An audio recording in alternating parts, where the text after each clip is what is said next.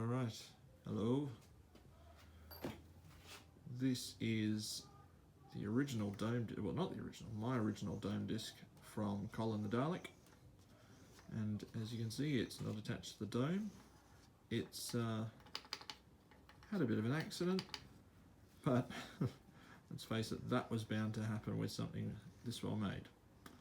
I'm also in the process now of refurbishing the eye, or building a new eye, because of the accident. I won't go into too much detail, just that we were at an event, Colin was on show, the guy who's been lovely and he's devastatingly upset that it happened, went to lift the lid on Colin and his head fell off. So broken eye, broken neck, strut. So I've now got things ready to cut a new neck section, and this is the neck bin. The plan is to go binless with a Lazy Susan bearing and some 3D printed parts. So this is sort of a video that's mostly about what I plan to do with the eye. Back again, I've just cut some aluminium tube down, and in here is just a piece of PVC pipe that I've cut down to a little bit less, but pretty close to the same length. My plan is that this is going to be sleeved in here and held captive with the bolt that will mount through the new eye stalk mounts. That will keep the whole thing steady. I'm then going to cut this outer tube, but I'm going to cut it somewhere in here so that when I want to remove the eye, or I want to remove the dome without undoing the eye, what I can actually do is undo a small screw under here, which will be nice and hidden away. I can then slide off that whole section, including the eye and any plugs that go down here to illuminate the eye, and hopefully it will come off. I've also, I should add, I'm currently 3D printing the discs to go on here, and I presume I'll just epoxy those on or find some kind of adhesive method. I've tried to print them with quite a small tolerance, but if it turns out they're too big, well, I'll model them up again and print them smaller again. So the next thing is to cut this in the right spot, and hopefully, because of these joins that you get from the cut, I can cut it in here and no one will see. Now I've made a mark in between the eye pivot hole and where it comes out of the tube, so I'm guessing somewhere in there, somewhere in the middle. I mean, it doesn't have to be, but that will help to sort of sleeve it. I mean, it's a fairly tight fit. There's a bit of give in between the PVC and the aluminium, but not too much. Hopefully that'll work. I'll try and show you what I mean in a minute.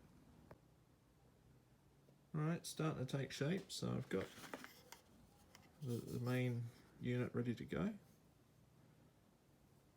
This will sleeve into here, hopefully, still. Worst camera angle possible. Yes. That goes nicely. That will sit in and elevate nicely.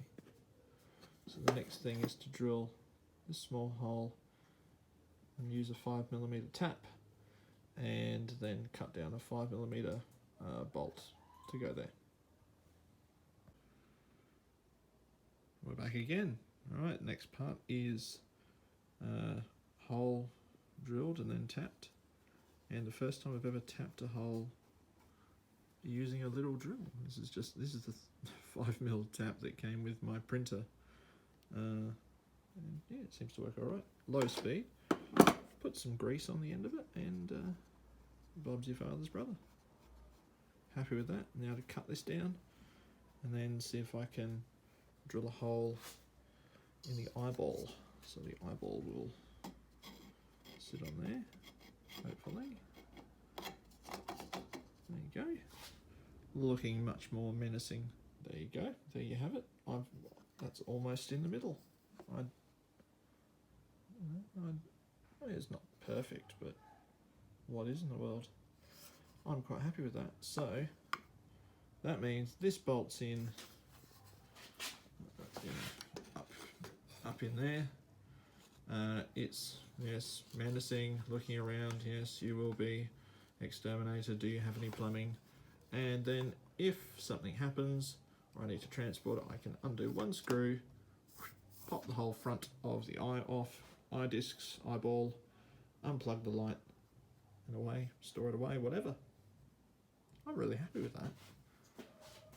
Sometimes I do like to remind people when they ask about Dalek building that I failed tech studies in high school. And I own a lot of tools now. What's next?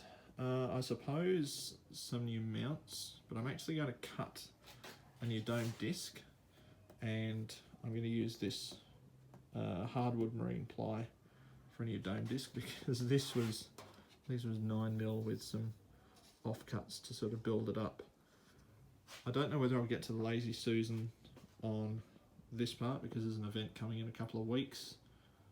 Hopefully, I'll at least, by the time all these events are done, this will be repaired enough to be able to show it, and then I'll have the neck ready to go.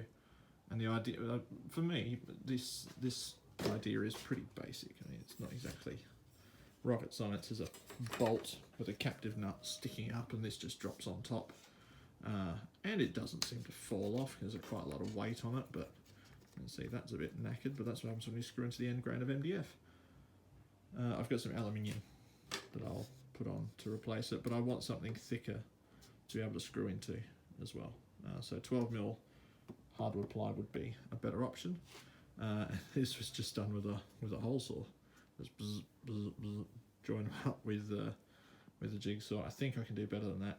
And then hopefully, if I go binless for the new one and just build the neck with the bin, with the mesh and the speaker grill cloth attached to it, that I won't have this issue of this thing banging me in the head and having a permanent divot from this bolt under here.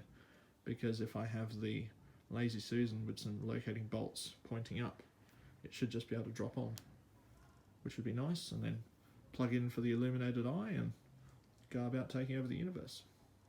So until next time, thanks for watching.